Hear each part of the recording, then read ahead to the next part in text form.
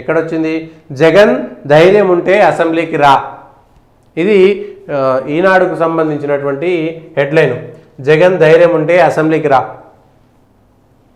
జగన్ ధైర్యం ఉంటే అసెంబ్లీకి రా అని చంద్రబాబు నాయుడు గారు మాట్లాడారు. చంద్రబాబు నాయుడు గారు 2019 నుంచి 24 దాకా ఎన్నిసార్లు అసెంబ్లీకి వెళ్ళారు? అయితే ఇది జరగాల్సినటువంటి చర్చ జగన్ వెళ్తలేడా, లేకపోతే చంద్రబాబు నాయుడు వెళ్ళట్లేదా, లేకపోతే అధికారికంగా స్పీకర్ ఎవరి మీదైనా వివక్షతోటో లేకపోతే ఇంకేదైనా కారణం చేత ఏడాది పాటు వాళ్ళను అసెంబ్లీ నుంచి బహిష్కరణకు గురి చేశారా? ఎన్ని అంశాలపైన చర్చ జరగాలి. అసెంబ్లీ ఉన్నదెందుకు? ప్రతిపక్షాలు, అధికార పక్షాలు, లేకపోతే ఎటుగానటువంటి పక్షాలు ఎవరైతే అసెంబ్లీకి ప్రజల ద్వారా ఎవరైతే ఎన్నుకోబడతారో వాళ్ళంతా అసెంబ్లీకి వెళ్ళి ఆయా నియోజకవర్గాల తరపున శాసనసభ సభ్యుడంటే ఆయా నియోజకవర్గం నుంచి ఎంచుకోబడతాడు. కానీ రాష్ట్ర వ్యాప్తంగా ఉన్నటువంటి అనేకమైనటువంటి అంశాలపైన చర్చలు జరపాల్సినటువంటి వేదిక శాసనకర్తలు, శాసనసభలో చట్టాలు చేసేటువంటి అసెంబ్లీలో ఉండేటువంటి వాళ్ళు ఇవాళ నేను అసెంబ్లీకి పోను, ఆయన గెలిస్తే నేను పోనని ఇదన్నీ కూడా వ్యక్తిగతమైనటువంటి కక్షలు కార్పణ్యాలుగా ఆయన కట్టిన అసెంబ్లీకి నేను పోనని, గతంలో తమిళనాడులో కూడా కరుణానిధి కట్టిండు కాబట్టి నేను ఆ అసెంబ్లీకి పోనని జయలలిత కట్టినటువంటి దగ్గరకు నేను పోనని కరుణానిధి. మీ వ్యక్తిగతమైనటువంటి కక్షలు కార్పణ్యాలకు సంబంధించినటువంటి అంశము అసెంబ్లీది కాదు, ప్రభుత్వాలకు సంబంధించినటువంటిది కాదు. కానీ మీ వ్యక్తిగతమైనటువంటి మీ రాజకీయపరమైనటువంటి అంశాలను తీసుకువచ్చి ఇవాళ చర్చలు జరగకుండా చేస్తున్నారు. ఏ ఒక్క శాసనసభ్యుడు కూడా ఒక 5 ఏళ్ల అసెంబ్లీకి సంబంధించినటువంటి చర్చల యొక్క సారాంశాన్ని చూస్తే ఎన్నికైనటువంటి గెలిచినటువంటి ప్రతి శాసనసభ్యుడు శాసనసభలో ప్రతి దాంట్లో చర్చలో పాల్గొన్నటువంటి విషయాన్ని మనం చూస్తున్నామా? మరి ఆ శాసనసభ్యుడు ఎన్నికై దేనికి ఉపయోగం ఏమిటి? ప్రధాన ప్రతిపక్ష నాయకుడా చంద్రబాబు నాయుడు ఎందుకు పోలేదు, జగన్ ఎందుకు పోలేదు? ఇద్దరిది తప్పే. గతంలో చంద్రబాబు నాయుడు కూడా జగన్కు భయపడి అసెంబ్లీకి అడుగు పెట్టకుండా వెళ్ళాడా? నేను శపథం చేసిన మంగంబ శపథం అని చంద్రబాబు నాయుడు గారు ఎందుకు పోలేదు అసెంబ్లీకి? అదే జగన్ ఉన్నాడు కాబట్టి అక్కడ ఆయన 23 స్థానాలకు పరిమితం అయ్యాడు కాబట్టి జగన్ దగ్గరికి, అధికారంలో ఉన్న దగ్గరికి వెళ్ళి మాట్లాడలేక వెళ్ళాడు అనేటువంటి అర్థం కదా. ఆ రోజు చంద్రబాబు నాయుడు గారి పరిస్థితి ఏంటో ఇవాళ జగన్ గారి పరిస్థితి అంతే కదా, సేమ్ కదా. ఎవరైనా సరే గెలిచిన ప్రతి శాసనసభ్యుడు అసెంబ్లీకి వెళ్లాల్సిందే. నిజానికి గెలిచిన తర్వాత ఏదైనా తప్పనిసరి పరిస్థితి, హాస్పిటల్లో ఉన్నాడు, రోగం వచ్చింది, నొప్పి వచ్చింది, లేదా తప్పనిసరి పరిస్థితిలో ఉన్నాడు, స్పీకర్ పర్మిషన్ తీసుకుని అనుకోవచ్చు. కానీ గెలిచిన తర్వాత ఏండ్లకేండ్లు మీరు అసెంబ్లీకి పోకపోతే ఇంకెందుకు మరి మీరు అసెంబ్లీకి గెలిచి శాసనసభ్యులుగా గెలిచేందుకు? వెంటనే రద్దు చేయాలి కదా ఎలక్షన్ కమిషను. ఒక నిబంధన దేవాలే, గెలిచినటువంటి శాసనసభ్యుడు ఇవాళ మనం పరీక్ష రాస్తే 36% కనీసం రావాలి కదా, 35 మార్కులు 36 మార్కులు వస్తేనే పాస్ అవుతామనేటువంటి ఒక నిబంధన పెట్టుకుంటే గెలిచిన శాసనసభ్యుడు కనీసం 35% అసెంబ్లీలో అడుగుపెట్టాలి కదా, చర్చల్లో కనీసం 35% ఉండాలి కదా. 100% పక్కన పెడదాం. గెలిచినటువంటి మరి ఇంకా ప్రజాస్వామ్యానికి అర్థమేమిటుంది? గెలిచినటువంటి ఎన్ని కోట్ల రూపాయలు ఖర్చు పెట్టి ఎన్నికలు పెట్టి శాసనసభకు, పార్లమెంటుకు ఎన్నికలు పెట్టడం ఏంది? పార్లమెంటుకు పోరు.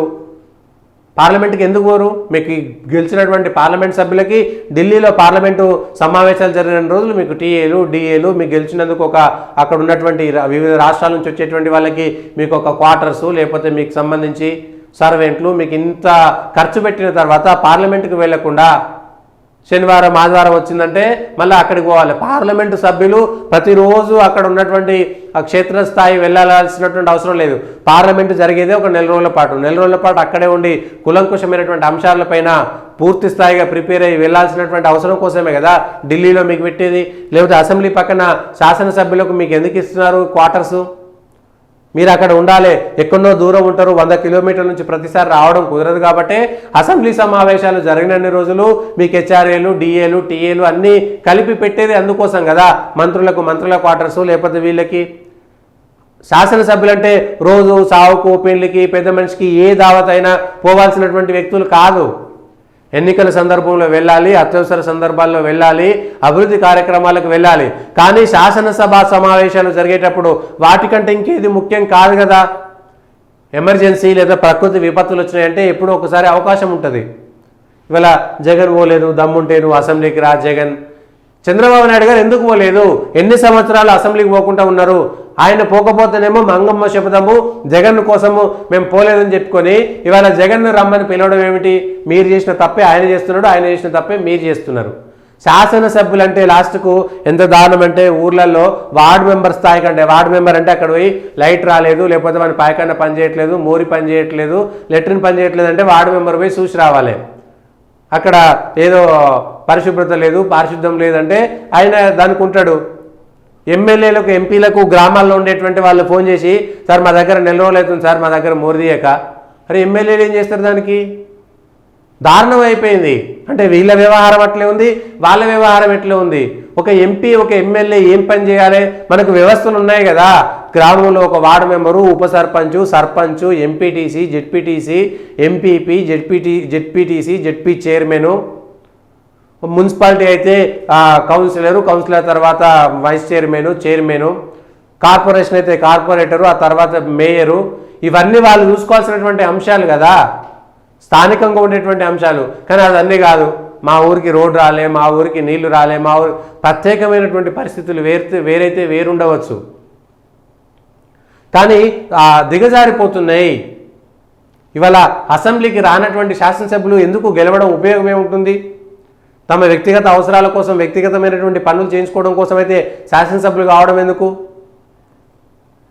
కనీసం 90% అటెండెన్స్ ఉండాలి, 30% చర్చల్లో పాల్గొనాలి, 40% ప్రైవేట్ బిల్లులు పెట్టాలి, 40% 0 అవర్స్లో పాల్గొనాలి, ప్రశ్నోత్తర సమయాల్లో కనీసం 40% ఉండాలి, ఇన్నిసార్లు సప్లిమెంట్, ఇట్లా నిబంధనలు లేకపోతే శాసనసభ్యుడు ఎందుకు? ఇంత గౌరవం ఇచ్చి మీకు ఇంత స్వేచ్ఛ ఇచ్చిన తర్వాత శాసనసభ సమావేశాల్లో మీరు అందుబాటులో ఉండరు. నిరసనలు, వాకౌట్లు. నిన్న ఎవరు కామారెడ్డి ఎమ్మెల్యే నేను మొదటిసారి గెలిచి వచ్చి అసలు నేను ఇది అసెంబ్లీ అనుకోవట్లేను, ఎందుకు గెలిచి వచ్చినా అని బాధపడుతున్నా, ఎవరు మాట్లాడుతున్నారో రన్నింగ్ కామెంటరీలు చేస్తున్నారు. శాసనసభ అంటే విలువగలటువంటి చర్చలు జరుగుతాయి అనుకున్నా, కానీ విలువ లేనటువంటి మాటలు, తూటలు, అనవసరమైనటువంటి రాద్ధాంతాలే జరుగుతున్నాయి, కానీ ప్రజల కోసం ఒక్క చర్చ కూడా జరగట్లేదనేటువంటి మాట. చరిత్ర చెప్పొచ్చు, గత ప్రభుత్వాల వైఫల్యాలు, గత ప్రభుత్వాల విజయాలు చెప్పడంలో తప్పలేదు, పొరపాట్లు జరిగితే వాటిని సరిదిద్దడంలో తప్పలేదు.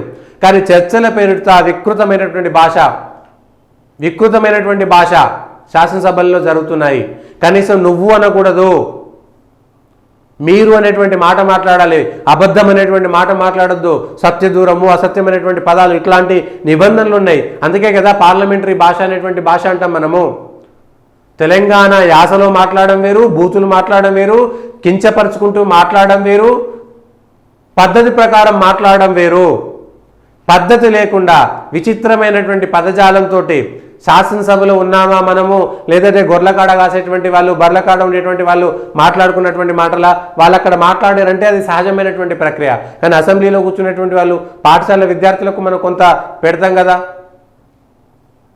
పాఠశాలలో ఎట్లా మాట్లాడాలి, ఇంట్లో ఎట్లా మాట్లాడాలి, మహిళలు ఉంటే ఎట్లా మాట్లాడాలి, పురుషులు ఉంటే ఎట్లా మాట్లాడుకోవాలి, కొన్ని నిబంధనలు ఉంటాయి, గుడికి పోతే ఎట్లా మాట్లాడాలి, అన్నీ ఉండాలి కదా. ఈ ఆఖరికి వేసుకునేటువంటి వేషధారణ కూడా గౌరవం లభించాలి. ఒక శాసనసభ్యుడు ఒక వేషధారణ ఉంటే ఆయన వేసుకునేటువంటి బట్టల్లో కూడా గౌరవం, టీవీ దర్జా కనిపించాలి. ఏదో చిచ్చరగాళ్ళు, రౌడీలు రోడ్ల మీద వేయటోళ్ళు వేసుకున్నట్టుగా టీషర్ట్లు, జీన్స్ ప్యాంట్లు వేసుకొని వచ్చి టీషర్ట్లు, జీన్స్ ప్యాంట్లు వేషధారణ కానే కాదు. ఆ పద్ధతి ప్రకారము చూస్తే గౌరవించాలి. అయ్యో వీళ్ళు మనకంటే పెద్దోళ్ళు, వీళ్ళు ఇన్ని రకాల చర్చలు ఉంటాయి. ఒక శాసనసభ్యుడు అంటే ఎన్నో రకాలు, పట్టణాలు, గ్రామాలు, వ్యవసాయదారులు, ఉద్యోగస్తులు, ఇంతమంది విషయాలపైన అవగాహన ఉండాలి, వాటన్నిటిపైన శ్రద్ధగా వినాలి. అవన్నీ ఏవీ లేకుండా ఎన్ని బూతులు ఎవరికి ఎక్కువ వస్తాయనేటువంటి పోటీగా ఉన్నట్టుగా అసెంబ్లీలు జరుగుతున్నాయి, పార్లమెంట్లు జరుగుతున్నాయి. ఈ విషయం పైన ఒక్కసారి కొంతలో కొంత పార్లమెంట్ ఉన్నాయి, అసెంబ్లీతో పోల్చుకుంటే పార్లమెంటు వాళ్ళు కూడా తగ్గిపోతున్నారు, కానీ కొంత అసెంబ్లీతో పోల్చుకుంటే కొంత నయం పార్లమెంటు విషయంలో. ఎవరున్నా సరే అక్కడ అంతకుముందైనా గతంలో ఉన్నదానికంటే నయం. 1-2 సంఘటనలు అక్కడ కూడా జరిగినాయిలే, కానీ పార్లమెంటరీ భాష లేదు. ఇంకో వీళ్ళు సవాళ్ళు విసురుకుంటారు, అది దమ్ముంటే, జగన్ ధైర్యం ఉంటే అసెంబ్లీకి రా. ఏమిటిది?